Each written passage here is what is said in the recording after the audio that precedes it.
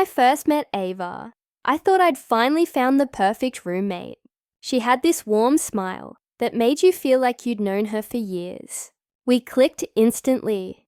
Same sense of humor, same love for late-night snacks, and the same dream: to build a better life in the city. I had just moved out of my parents' house after landing my first full-time job. It wasn't much, but it was a start. Rent in the city was expensive, and I couldn't afford it alone. So finding a roommate wasn't just an option, it was a necessity. Ava came across my ad online. Her message stood out from the dozens I'd received. Friendly, polite, and full of energy. When we met for coffee to discuss the details, she was charming, maybe a little too charming. She told me about how she had just come out of a toxic relationship and needed a fresh start. I remember feeling bad for her, maybe even protective. She seemed fragile, vulnerable, like someone who just needed a little kindness. I didn't know it then, but that pity would become my biggest mistake. The first few weeks were honestly amazing. We got along so well. It felt like we'd been friends forever. We'd stay up late watching movies, laughing until our sides hurt, sharing stories about our childhood, and complaining about work like sisters. We'd make dinner together. She'd cook, I'd clean. And sometimes we'd take spontaneous walks around the block, just talking about life and our big dreams for the future. She made the apartment feel alive, and I loved that. On weekends, we'd explore the city, find new coffee spots, and talk about saving up for a short vacation someday. I'd often tell my coworkers, Ava's not just my roommate, she's my sister I never had. I truly meant it. I trusted her completely, and for the first time since moving away from home, I felt like I wasn't alone. But looking back, there were signs. Tiny, almost invisible cracks in the picture-perfect friendship we had built. The way she'd ask a little too many questions about my salary. The times she'd casually borrow things without asking, brushing it off with a laugh. I ignored it all because I didn't want to believe anything bad about her. I was too focused on the good. Or maybe too desperate to keep the peace. What I didn't realize was that Ava wasn't just living with me. She was studying me. Every habit, every weakness, every detail about my life. She was quietly taking notes. She knew how I reacted when I was stressed, what made me feel guilty, and what I'd forgive easily. At the time, I couldn't see it. To me, she was just my bubbly, loyal roommate who'd been through a rough patch and needed a friend. But slowly behind that sweet smile and soft voice, she was building something darker. A plan that would turn my world upside down and leave me questioning everything I thought I knew about friendship, trust, and kindness. If someone had told me then that Ava would one day become the reason I'd lose everything I'd worked for, I would have laughed. I would have defended her without hesitation. But the truth is, not every smiling face is harmless. Some are masks, carefully painted, patiently worn, waiting for the right moment to fall. And Ava's mask was about to crack, revealing the storm that had been brewing all along. It started small, almost too small to notice. At first, I thought I was just being careless. A missing snack here, a shirt gone from the laundry, my phone charger mysteriously unplugged. I told myself it was nothing, that sharing a space meant things would get mixed up sometimes. But somewhere deep down, a quiet voice whispered that something wasn't right. I remember opening the fridge one night after work, craving the leftovers I'd saved from the night before. The container was empty. I blinked, confused. I could have sworn I'd left half of it untouched. When I asked Ava about it, she laughed, that same playful laugh that used to make me smile, and said, "You're too forgetful, girl. You probably finished it and forgot." Her tone was light, teasing, but something about the way she avoided eye contact made my stomach twist. Days turned into weeks, and the small things kept piling up. My favorite shirt disappeared completely. My expensive foundation went missing. I'd leave my laptop open, only to find browser tabs closed, or history wiped when I got back. And every time I brought it up, she'd joke, deflect, or make me feel like I was being paranoid. "You stress too much," she'd say, with that same grin that was starting to look more fake each day. But the real cracks didn't appear until she started twisting my image behind my back. One of my co-workers, Jenny, pulled me aside one afternoon and said, "Hey, I don't know what's going on between you and Ava, but she's been saying some things." My heart skipped a beat. Apparently, Ava had been telling people I was lazy, that I never cleaned up, that I was always broke and living off her kindness. It didn't make sense. I paid my half of the bills on time, sometimes even covered her share when she was short on cash. It was confusing, hurtful, and humiliating. I had been working extra hours, barely sleeping, trying to hold everything together. And yet, behind my back, the person I trusted most was quietly poisoning my reputation. Then came the moment that shattered everything I thought I knew. One morning, my manager called me into his office. His expression was serious, his tone heavy. "We need to talk about some emails," he said. My heart started pounding. He explained that someone had been sending messages to the HR department, pretending to be me, complaining about co-workers, saying nasty things, spreading gossip. I felt dizzy. I could barely speak. When he showed me the emails, my hands trembled. The writing style was close to mine, eerily similar, but the tone was venomous. It was like someone had studied how I wrote, mimicked it perfectly, and used it to ruin me. I left the office in shock, feeling the ground slipping from under me. That night, I called a tech-savvy friend and asked for help. We traced the IP address from those emails. My heart nearly stopped when the results appeared on the screen. It was from our apartment, the same Wi-Fi network Ava and I shared. The next morning, I confronted her. She didn't deny it immediately. She just froze for a moment, then her eyes filled with tears. She started crying, shaking, swearing she had no idea what I was talking about. She said maybe her ex-boyfriend hacked her account. Maybe someone was framing her. She spun the story so quickly, so convincingly, that for a second, I doubted myself. She hugged me, sobbing, saying, "I'd never do that to you. You're my best friend." And like a fool, I believed her. I told myself I was overreacting, that maybe this was just one big misunderstanding. I wanted to believe that. I needed to believe that, because the alternative, that the person I lived with, laughed with, trusted, was capable of that kind of betrayal, was too painful to face. But after that day, something inside me changed. I stopped ignoring the whispers in my gut. I started watching her closely, quietly. I paid attention to what she did when she thought I wasn't looking. And the more I observed, the more the mask started to slip. Every laugh felt rehearsed. Every apology felt staged. There was a darkness in her eyes that I'd never noticed before. Something calculating, cold, waiting. I didn't have proof yet, but I could feel it. Ava wasn't who she pretended to be, and what I discovered next would not only confirm my fears, it would change everything. A few months later, the knock at the door felt different, sharper, heavier, like a pulse I couldn't ignore. Our landlord stood there, face reddened, voice clipped. "You two need to sort this out," he said without preamble. "Rent hasn't been paid in 2 months." I felt my stomach drop, as if someone had pushed me down a flight of stairs. 2 months? That couldn't be right. I'd been sending my share like clockwork.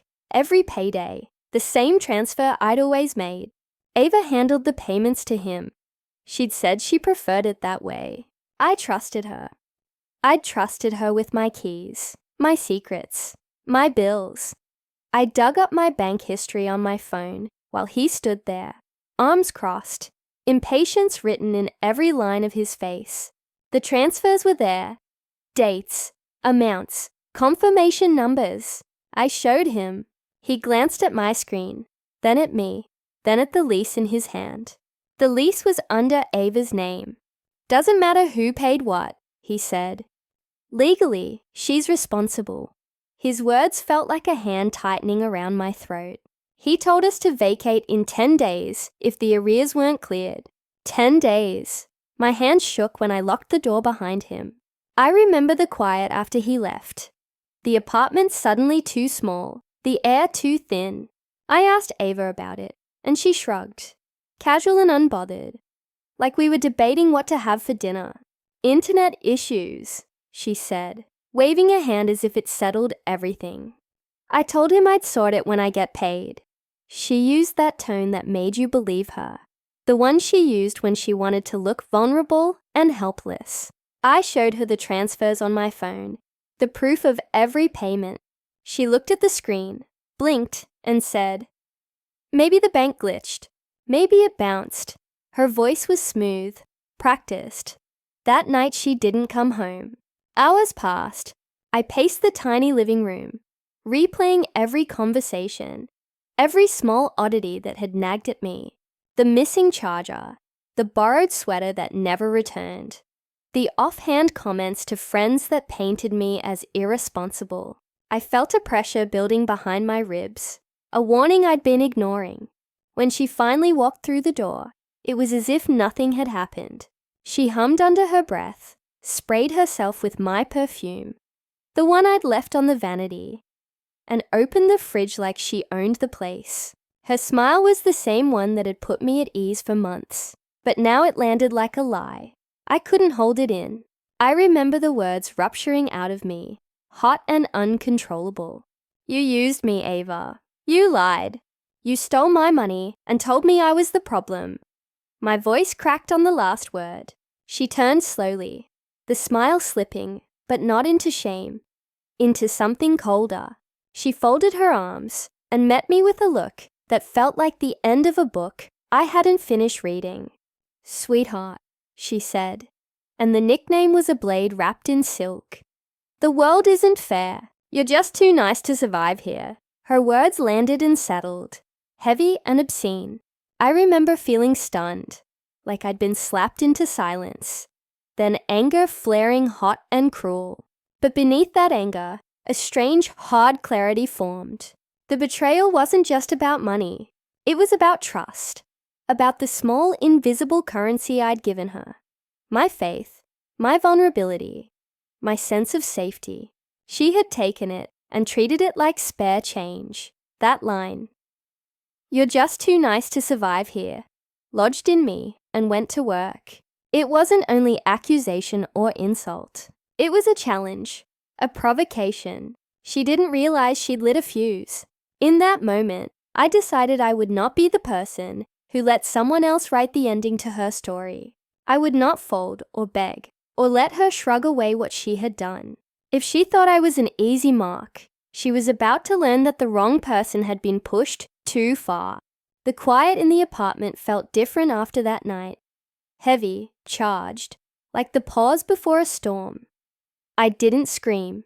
I didn't smash anything. I put on a smile that felt brittle and careful, because I knew the loud revenge, the obvious one, was exactly what she expected. Revenge works best when your enemy still believes they've won. So I learned to become quiet, to let the world move around me, while I built something that would not be undone by emotion. The first thing I did was document, not in a dramatic, cinematic way, just steady, methodical collecting, screenshots with timestamps, bank transfer records, copies of messages where she pretended to be me, recordings of conversations where she lied to friends. I made folders on a separate hard drive, labeled everything, backed it up twice. Every little theft, every casual lie, every time she spun my life into a joke for someone else. There was now a trail that could not be erased by a shrug or a sob. I learned how to read metadata, how to keep receipts, how to export chat histories without leaving a clue. It was tedious, boring work, and that boredom was its own weapon. I discovered she'd been using my photos online, creating profiles that used my face and my stories to sell things or beg for money. She'd taken my images and my identity and turned them into a side hustle while I kept paying rent and pretending everything was normal. I printed those photos, annotated them, cross-checked dates. I reached out quietly to a few of the people she'd scammed. None of them were trying to make a scene. Most were just relieved someone was finally listening. They handed me screenshots, bank statements, messages I could never have imagined would exist in my life. Piece by piece, the picture came into focus. I didn't confront her with this collection. Confrontation would have been the kind of theater she loved.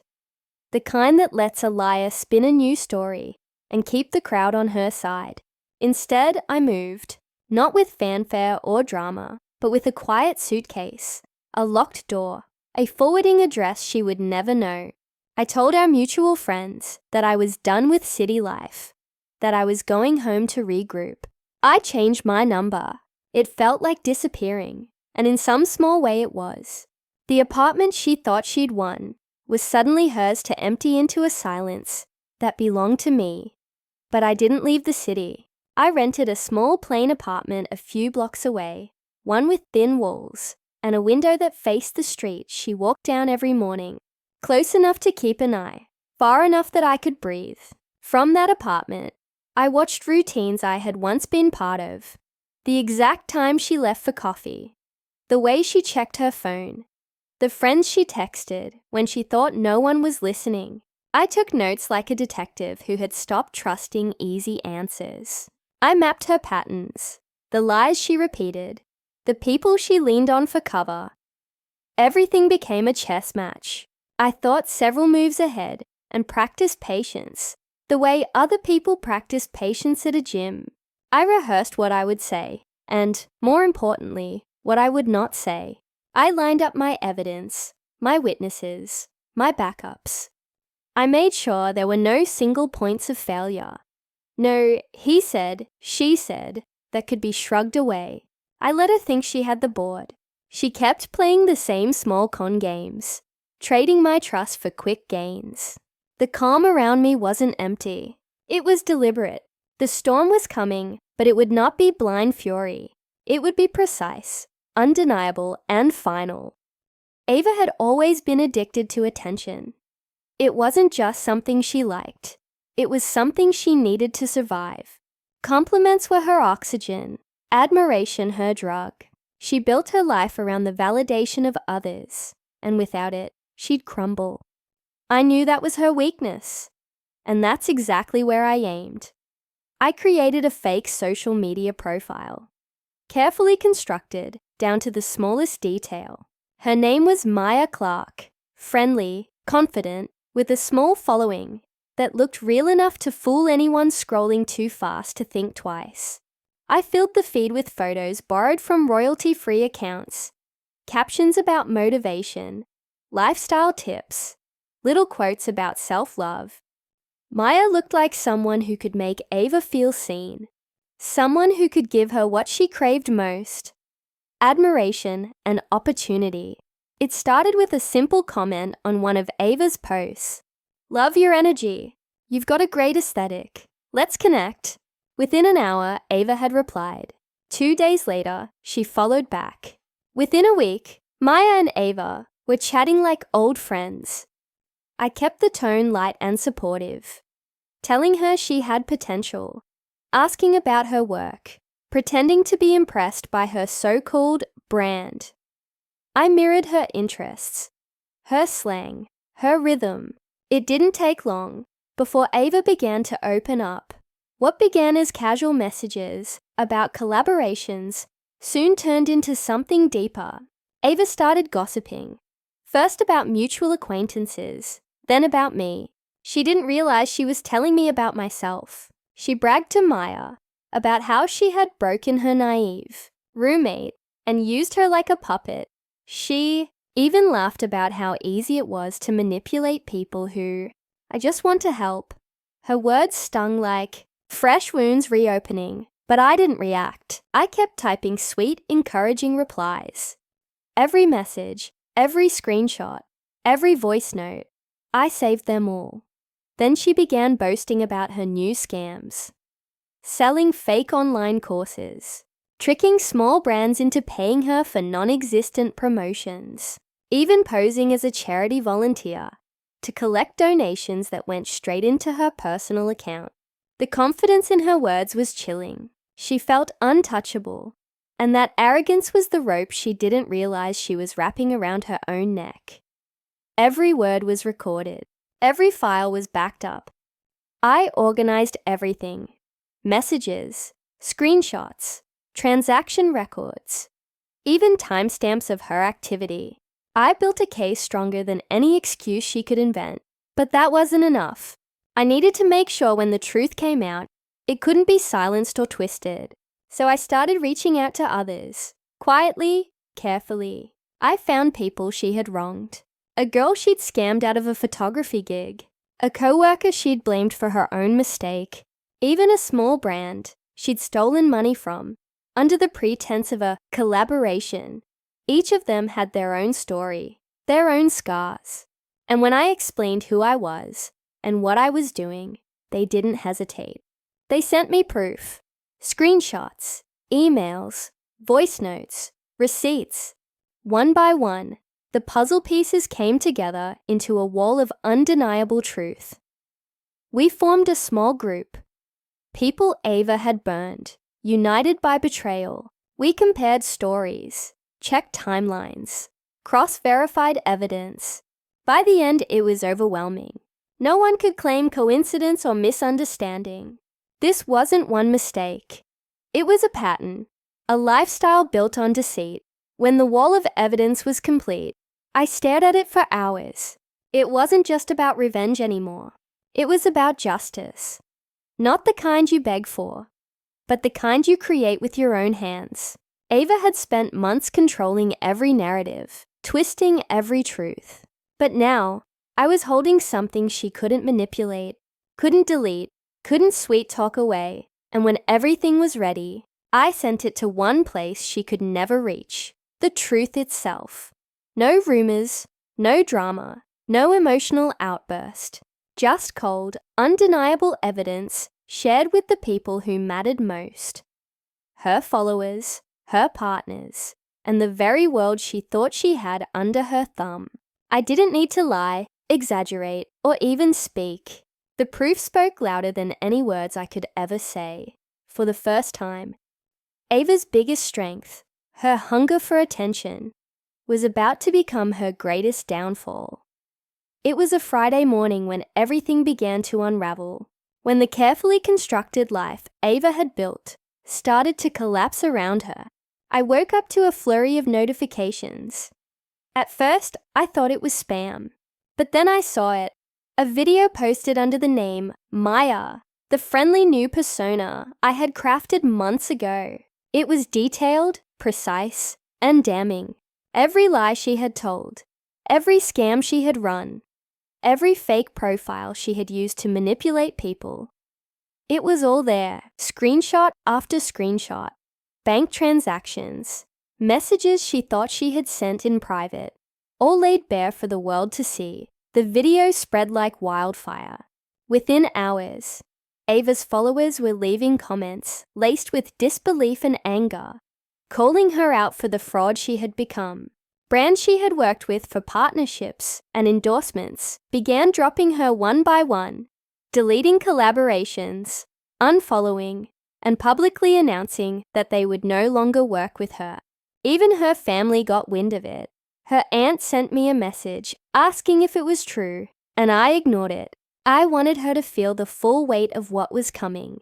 By mid-morning, her phone was blowing up. Calls, texts, notifications. All of them frantic, desperate. And then I started receiving dozens of calls from her.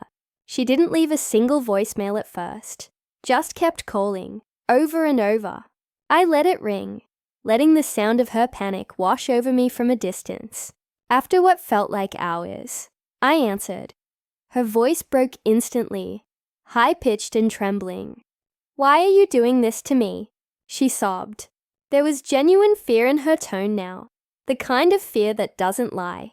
I stayed calm. I didn't yell. I didn't lecture. I didn't even let my voice shake. I didn't destroy you, Ava. I said slowly, each word deliberate. You destroyed yourself. I just turned on the lights so everyone could see. There was silence on the other end of the line. Long, heavy, unbroken silence. And then I heard it, the sound of her mask breaking. The confident, untouchable, charming Ava she had worn for so long had slipped, and in its place was a terrified, exposed woman who had nothing left to defend herself with. I could almost hear the realization echoing in her voice. The understanding that all the lies she had built her life on had finally caught up with her. That day, I didn't feel victory or glee. I felt something colder, sharper. Satisfaction in the truth finally emerging. Injustice being served in a way she could not twist, erase, or deny. For the first time in months, the tables had turned completely, and she had no choice but to face the consequences of every betrayal, every theft, and every manipulation she had ever committed. Her world had exploded, and all I had done was open the door for the truth to walk through. 2 weeks later, I received an invitation to a small podcast. Nothing flashy, just a local show that focused on personal stories and life experiences. They wanted me to share my roommate from hell story, and I agreed, but I spoke anonymously. I didn't mention names. I didn't give details that could trace back to me. I just told the story, the betrayal, the manipulation, the constant gaslighting, and the slow, creeping realization that someone I trusted had been using me. The episode went live, and to my surprise, it went viral. People connected with it instantly. Comments poured in from all over, sharing similar experiences, thanking me for speaking up, and expressing disbelief that someone could act so casually while destroying someone else's life. The emotion, the raw honesty of it, resonated more than I could have imagined. Here's the twist though. I didn't see it coming until the day of the next recording. Ava showed up. She hadn't been invited. She walked into the studio, eyes wide, makeup slightly smudged, a fake smile plastered over her face. She tried to act innocent, even a little vulnerable, crying softly, telling the host that she'd been misunderstood and painted in an unfair light. She played the victim, hoping the audience would sympathize. The host smiled politely, pretending to listen, then leaned toward the soundboard. "We have a clip to play," he said. The studio went quiet. My heart pounded, but I didn't need to be nervous. I knew what was coming. The clip played. It was Ava's own voice, recorded months earlier, laughing about how she scammed me, mocking my trust, calling me naive and easy to manipulate. The laughter echoed in the room, a sound that exposed everything she had tried to hide. Her face turned white, her lips parted, but no words came out. She froze in place, eyes darting around, realizing that everyone, the host, the guests, the crew, the audience, now saw her for who she truly was. Not the charming, innocent girl she had pretended to be, but a manipulative, calculated person who had used trust like it was a toy. For the first time, Ava had nothing left to say. The confidence, the excuses, the tears she had practiced so many times in front of mirrors. They were all gone. Silence filled the room, heavy and undeniable. And in that silence, I felt a strange sense of closure. The mask was gone, the truth was out, and the world had finally seen what I had known all along. It was shocking for everyone. Yes, but most of all, it was shocking for her. The one who had believed she could control the narrative. The one who thought she could escape the consequences of her actions. That day, she finally realized that the games she had played for months were over. After that day, Ava disappeared almost completely from social media. Her accounts were deleted or deactivated. Her followers left confused and murmuring. Some people said she had left the city, hoping to vanish without a trace. Others whispered that she was trying to start over somewhere else, under a new name, pretending her past never existed. But it didn't matter. Whatever she did, whatever small attempt she made to rebuild, the damage had already been done, not just to her reputation, but to the illusion of control she had clung to for so long. And me?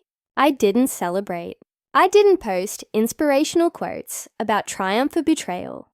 I didn't send out messages gloating about how she had finally been exposed. I stayed silent because my victory didn't need applause, and it didn't need validation from anyone else. It was quiet, personal, and complete. The satisfaction wasn't loud. It was in the knowledge that truth had been revealed, justice had been served, and I had regained control over my life without stooping to performative drama. I started to rebuild. I found a small, cozy apartment that felt like home rather than just a space to live. I furnished it with things that brought me comfort: soft lights, plants, a little desk where I could write and plan without fear of intrusion. I found a new job, one where people respected me for my work and not for the image I projected. I rebuilt my circle of friends, slowly, carefully, surrounding myself with people whose words and actions matched, who weren't hiding behind masks or manipulating for attention. Sometimes, though even years later, I think about Ava, not with anger, not with the bitter edge I once felt, but with a strange, almost quiet gratitude. She forced me to open my eyes, to see that trust could be both a gift and a vulnerability. She taught me to be observant, to document, to plan, and to understand people, not just by their words, but by their patterns and actions. Every tear I cried, every sleepless night I spent worrying about what she might do next, was a lesson that strengthened me, sharpened me, and prepared me for the future. The biggest lesson, though, was the one I carry every day. Not every smiling face is a friend. Some smiles are masks, hiding calculated intentions. Some voices are sweet, not because of kindness, but because of manipulation. And the most dangerous betrayals often come from the people closest to you. The ones who sit beside you in your home, who laugh with you at night, who pretend to understand you and care for you. Those betrayals cut the deepest, but surviving them and learning from them gives you a strength nothing else can. Now, my life is quieter, steadier, and more deliberate. I don't rush to trust, but I don't rush to fear either. I move with awareness, with care, with boundaries I didn't have before. Ava's shadow exists only as a reminder of what can happen when you let charm and kindness blind you, and as proof that patience, strategy, and truth are far more powerful than rage or drama. In the end, my revenge was never about humiliation or punishment. It was about reclaiming my life, my dignity, and my peace of mind. And I did that completely, silently, without a word. And that, I realized, is the sweetest victory of all. If you ever find yourself betrayed, the first thing to remember is this: don't rush. Don't let anger or hurt push you into decisions you'll later regret. Revenge is tempting in the heat of betrayal, but it is rarely satisfying if acted on impulsively. The most powerful response is patience. Let your actions, your truth, and even your silence do the talking. Let the evidence speak louder than any argument, and let time reveal what words alone cannot. The world has a strange, almost poetic way of exposing reality. Lies, manipulation, and deceit may feel unstoppable in the moment, but they carry their own weight, and eventually that weight becomes too heavy to hide. People who seem untouchable, who smile and charm their way through life, will always stumble when their own actions catch up to them. Truth has a way of seeping out, quietly, persistently, until it can no longer be ignored. Masks, no matter how carefully crafted, eventually fall. The person who betrayed you will reveal themselves, either through arrogance, carelessness, or the natural consequences of their actions. And when that happens, it is not your responsibility to expose them with fury. It is your responsibility to remain steady, to protect yourself, and to let justice, in its own time, do its work.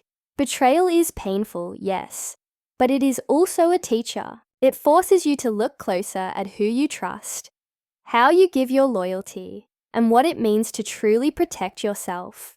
And when you learn these lessons, you come out stronger, wiser, and unshakable. Proof that no matter how clever a betrayer may be, truth and integrity always have the final word. So, when someone betrays you, don't panic. Don't retaliate blindly. Stand firm. Document, observe, and let the world reveal the truth in its own way. Because in the end, masks always fall, and when they do, the light shines brighter than any anger ever could.